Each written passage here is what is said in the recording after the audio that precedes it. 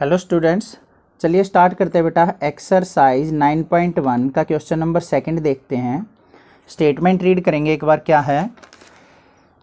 A tree breaks due to storm. एक पेड़ है जो स्टॉर्म के कारण क्या होता है बेटा, टूट जाता है।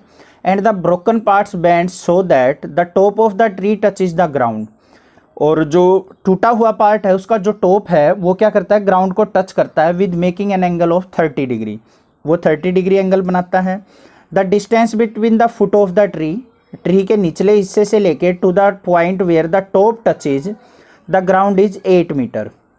तो ट्री के निचले हिस्से से लेके जहाँ पे ट्री का ऊपर वाला हिस्सा टच कर रहा है ग्राउंड को, वहाँ तक का डिस्टेंस 8 मीटर है। Then find the height of the tree. तो हमने क्या करना है, height of the tree find out करनी है। सबसे पहले क्या करेंगे, हम मान लिया ये हमारा पास क्या था, एक ट्री था। ये क्या हुआ, स्टॉर्म में यहाँ से क्या हो गया, ब्रेक हो गया। तो ऊपर वाला हिस्सा जो है वो क्या यहाँ पे आके गिर गया बेटा, ग्राउंड के ऊपर। तो ऊपर वाला जो ये पॉइंट था ये कहाँ पे आ गया, हमारा ग्राउंड के ऊपर। अब जो यहाँ से लेके ट्री के टो से लेके और यहाँ तक का जो डिस्टेंस गिवन है, ये कितना गिवन है, 8 मीटर गिवन है। ठीक है। और जो एंगल फॉर्म कर रहा है टॉप ऑफ द ट्री, वो कितने डिग्री फॉर्म कर रहा है, 30 डिग्री। अब इसकी नेमिंग कर लेते हैं। ये पॉइंट मान लेते हैं ए, ये पॉइंट मान लिया बी, ये पॉइंट मान लिया सी। अब हमने फाइंड आउट क्या करना है बेटा, height of the tree find out करनी है। अब जो टूटा हुआ नहीं है हमारा, बचा हुआ पार्ट है वो क्या है, ए बी, और टूटा हुआ पार्ट क्या है, ए सी। अगर ए बी प्लस ए सी में अगर कर दूं तो हमारी क्या हो जाएगी, हाइट ऑफ द ट्री मिल जाएगी हमें। तो यहाँ पे क्या लिखेंगे, height of the tree is equal to किसके हो जाएगी बेटा, A B plus A C. A B और ए सी को अगर हम जोड़ देंगे तो हमारे पास क्या आ जाएगा, हाइट ऑफ द ट्री आ जाएगी। अब हम कैसे भी करके क्या करेंगे, हाइट ऑफ द ट्री निकालने के लिए एक बार ए बी फाइंड आउट कर लेते हैं, एक बार ए सी फाइंड आउट कर लेते हैं, और दोनों को क्या कर देंगे, ऐड कर देंगे। तो हमारे पास हाइट ऑफ द ट्री आ जाएगी। तो सबसे पहले क्या करते हैं, in triangle A B C, in triangle A B C. यहाँ पे देखते हैं बेटा हमारे पास साइड कौन सी गिवन है, बीसी गिवन है, बेस पता है, ए बी निकालना है। तो ये परपेंडिकुलर और ये बेस। पंडित बद्री प्रसाद हर हर बोले। परपेंडिकुलर और बेस का यूज कहाँ पे है, ये, और ये किसके इक्वल होता है बेटा, tan थीटा के। तो क्या होगा यहाँ पे, परपेंडिकुलर क्या हमारा ए बी अपॉन में बेस क्या हमारा B C is equal to किसके हो जाएगा, tan, एंगल कितना है, 30 डिग्री। आई होप ये चीज़ क्लियर है आपको यहाँ पे। अब ए बी की वैल्यू तो हमें निकालनी है, तो ए बी अपॉन में बी सी कितना हमारा, 8 metre. B C is equal to क्या हमारा, 8 metre is equal to tan 30 की वैल्यू क्या होती है बेटा, 1/√3। ए बी की वैल्यू निकालते हैं। A B is equal to क्या हो जाएगा, 8 की मल्टीप्लाई करेंगे तो क्या आ गया, 8/√3। इसको मान लेते हैं equation number first. A B की वैल्यू तो हमें पता चल गई। अब किसकी निकालनी है, ए सी की। अब ए सी का यूज करके देखते हैं। इन ट्रायंगल ए बी सी कौन सा ट्रिग्नोमेट्रिक फंक्शन यूज होगा बेटा, अगर हम हाइपोटेन्यूज यूज करें और बेस यूज करें, क्योंकि बेस तो हमें गिवन है, इसलिए बेस और हाइपोटेन्यूज का देखते हैं। बेस और हाइपोटेन्यूज यूज करके कौन सा एंगल बन रहा है हमारा, कोस थीटा। तो बेस क्या है हमारा, बी सी, अपॉन में हाइपोटेन्यूज क्या है, ए सी, इज इक्वल टू क्या हो जाएगा, कोस, एंगल कितना है, 30 डिग्री। तो बी सी कितना है हमारा, 8/AC इज इक्वल टू कोस 30 की वैल्यू जो है वो क्या होती है बेटा, √3/2। अब यहाँ पे ए सी की वैल्यू निकालते हैं। ए सी इज इक्वल टू क्या हो जाएगा, 8 2 जा हमारा 16, अपॉन में क्या आ जाएगा, √3। ठीक है। इसको क्रॉस मल्टीप्लाई करके भी निकाल सकते हैं हम। अगर मान लो मैं आपको बताऊं, यहाँ पे ए सी की √3 से मल्टीप्लाई की तो क्या आ गया, ए सी √3 इज इक्वल टू 8 2 जा 16, और A C is equal to क्या आ गया बेटा, 16/√3। ये आ गई हमारे पास इक्वेशन नंबर 2। नेक्स्ट लिखते हैं, height of the tree is equal to किसके है, ए बी प्लस ए सी। तो क्या लिखेंगे, from first and second. First और सेकेंड से ए बी की वैल्यू और ए सी की वैल्यू पुट कर लेते हैं। यहाँ पे क्या है, 8/√3 प्लस में ए सी किसके इक्वल है, 16/√3। एलसीएम जो आएगा वो कितना आ गया हमारा, √3। तो ऊपर क्या आ गया 8 + 16, 16 और 8 क्या हो गया हमारा बेटा 24/√3। या तो इसको एज इट इज छोड़ सकते हैं हम, या फिर क्या लिख सकते हैं इसको 24 को 8 × 3 अपॉन में √3, और 3 को क्या लिख सकते हैं हम 8 × √3 × √3 अपॉन में √3। एक √3 से एक √3 कैंसिल आउट, तो जो वैल्यू आ गई हमारे पास हाइट ऑफ द ट्री वो क्या आ गई 8√3 metre. This is the answer. I hope ये क्वेश्चन आपको अच्छे से क्लियर हो गया होगा। कहीं पे कोई डाउट हो तो मुझे कमेंट करें, अदरवाइज इस चैनल को सब्सक्राइब करें। चलिए नेक्स्ट देखते हैं क्वेश्चन नंबर 3 अपना। क्वेश्चन नंबर 3 देखते हैं बेटा। स्टेटमेंट रीड करेंगे। एक constructor plans to install 2 slides for the children to play in a park. एक कंस्ट्रक्टर ने प्लान किया है कि 2 स्लाइड्स बनाई जाएं बच्चों के खेलने के लिए for the children below the age of 5 year. जो 5 साल से कम वाले बच्चे हैं उनके लिए she prefers to have a slide whose top is at a height of 1.5 metre. कि जो हाइट है हमारी स्लाइड की वो कितनी होनी चाहिए 1.5 मीटर होनी चाहिए, एंड एंगल इंक्लाइंड जो है वो क्या होना चाहिए 30 degree.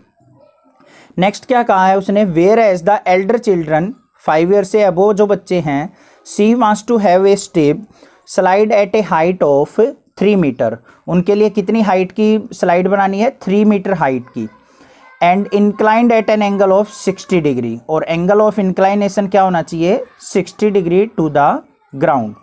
What should be the length of the slide in each case. तो दोनों केस में क्या करना है हमने length of the slide find out करनी है। तो हमारे यहाँ पे क्या है बेटा केस 2 बनते हैं। केस फर्स्ट जो है वो क्या है for children below 5 year. 5 year वाले बच्चों के लिए जो हाइट ऑफ द स्लाइड है वो कितनी कही है उसने 1.5 मीटर, और एंगल ऑफ इंक्लाइनेशन बोला है। एंगल ऑफ इंक्लाइनेशन क्या होता है नीचे से ऊपर देखने के लिए, तो ये एंगल जो फॉर्म किया है वो कितने डिग्री फॉर्म किया बेटा 30 डिग्री।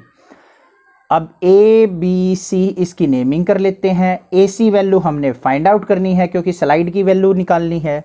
तो यहाँ पे बात करते हैं बेटा इन ट्रायंगल ए बी सी की। इन ट्रायंगल ए बी सी ये हमें परपेंडिकुलर पता है, ये हमारा क्या है हाइपोटेन्यूज 90 डिग्री के सामने। तो हाइपोटेन्यूज और परपेंडिकुलर में रिलेशन क्या होता है साइन थीटा। तो क्या करेंगे A B by A C is equal to किसके हो जाएगा साइन थीटा कितना है 30 डिग्री। ए बी की वैल्यू कितनी है हमारी 1.5 मीटर, तो 1.5 अपॉन में A C is equal to sine 30 की वैल्यू क्या होती है बेटा 1/2। क्रॉस मल्टीप्लाई करते हैं, ए सी की 1 से मल्टीप्लाई करेंगे तो ए सी इज इक्वल टू 2 की 1.5 से मल्टीप्लाई करेंगे तो क्या आ जाएगा 3 मीटर। तो ए सी जो आ गया वो कितना आ गया हमारे पास 3 मीटर। तो ये होनी चाहिए स्लाइड की लेंथ अगर हमारी जो है 5 ईयर से बिलो बच्चे अगर हमारा जो स्लाइड को यूज करेंगे तो। नेक्स्ट बात करते हैं हमारी केस सेकंड की। For children above 5 year. 5 year से अगर ज़्यादा एज के बच्चे हैं तो उनके लिए स्लाइड की हाइट क्या कही है उसने 3 मीटर, ठीक है। और एंगल ऑफ इंक्लाइनेशन जो कहा है वो कितने डिग्री का है बेटा 60 डिग्री। नेमिंग कर लेते हैं इसकी पी क्यू आर, ठीक है। तो इन अब क्या लिखेंगे in triangle P Q R. हमें पी आर की वैल्यू चाहिए, ये हमारा परपेंडिकुलर, ये hypotenuse, same as it is sine angle use हो जाएगा। तो यहाँ पे क्या हो जाएगा P Q by P R is equal to sine 60 degree. P Q क्या है हमारा 3 अपॉन में पी आर की वैल्यू फाइंड आउट करनी है इज इक्वल टू साइन 60 की वैल्यू क्या होती है बेटा √3/2। क्रॉस मल्टीप्लाई करेंगे यहाँ पे तो क्या आ जाएगा हमारा पी आर की multiply P R √3 is equal to 3 2 जा 6। इसको 3 × 2 ही लिख लेते हैं। P R is equal to क्या आ जाएगा 3 × 2 अपॉन में √3। अब 3 को क्या लिख सकते हैं हम √3 × √3 इंटू में 2 अपॉन में √3। एक से ये कैंसिल आउट, तो वैल्यू जो आ गई वो क्या आ गई 2√3 मीटर। तो इस स्लाइड की वैल्यू जो आ गई वो क्या आ गई हमारी 2√3 मीटर, और फर्स्ट वाले केस में जो हाइट ऑफ द और लेंथ ऑफ द स्लाइड आई है वो क्या आ गई 3 मीटर। तो these are the answers. I hope ये क्वेश्चन आपको अच्छे से क्लियर हो गया होगा। कहीं पे कोई डाउट हो तो मुझे कमेंट करें। नेक्स्ट देखते हैं अपना क्वेश्चन नंबर 4। क्वेश्चन नंबर 4 देखते हैं, स्टेटमेंट रीड करेंगे बेटा। The angle of elevation of the top of a tower from a point on the ground which is 30 metre away from the foot of the tower is 30 degree, find the height of the tower. ये हमारे पास क्या है, मान लिया एक tower है और एक अनदर पॉइंट है हमारा ग्राउंड के ऊपर जो कि कितने मीटर दूर है टावर के फुट से 30 मीटर। तो ये गिवन है हमें 30 मीटर, और angle of elevation to the top of the tower जो गिवन है वो कितने डिग्री गिवन है बेटा 30 डिग्री। तो यहाँ पे नेमिंग कर लेते हैं ABC। हमने क्या निकालनी है, हाइट ऑफ द टावर निकालनी है, मीन्स AB निकालनी है। तो यहाँ पे क्या लिखेंगे, AB is the height of the tower, और BC इज इक्वल टू कितना गिवन है हमें 30 मीटर। तो क्या लिखेंगे, इन ट्रायंगल ABC में ये क्या है हमारा बेस, ये क्या है बेटा परपेंडिकुलर। परपेंडिकुलर और बेस का यूज करके क्या बनता है हमारा टेंजेंट। क्या लिखते हैं, पंडित बद्री प्रसाद हर हर बोले। P/B क्या होता है हमारा tan थीटा। तो क्या हो जाएगा perpendicular AB/BC is equal to किसके लिख लेंगे हम tan 30 डिग्री।